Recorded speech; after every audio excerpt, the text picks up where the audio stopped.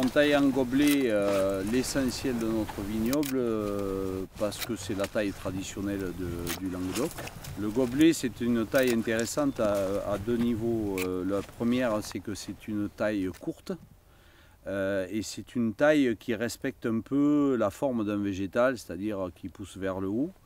Et ici, elle prend tout son sens dans la mesure où la vigne va pousser vraiment un peu évasée et va faire une couverture du sol qui va être plus importante que quand le vignoble est palissé. Et donc on va avoir une ombre portée sur le sol qui va être plus conséquente. Et ça joue un peu, alors c'est pas énorme, mais ça joue un peu sur la température du sol, sur l'évapotranspiration. C'est intéressant pour l'évolution du vignoble face aux évolutions climatiques. Alors pour le ver de la grappe, on a décidé de passer en confusion sexuelle il y a déjà 3 ans, que l'on met en place à peu près au mois de mars à avril.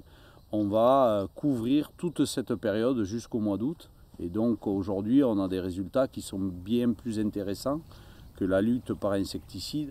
Comme tous les vignerons bio, on va travailler principalement avec du soufre pour l'oïdium et du cuivre pour le mildiou. Donc on a des doses limites à respecter, mais nous on est sur un secteur où la pression mildiou est très faible, donc on n'arrive jamais à la dose limite.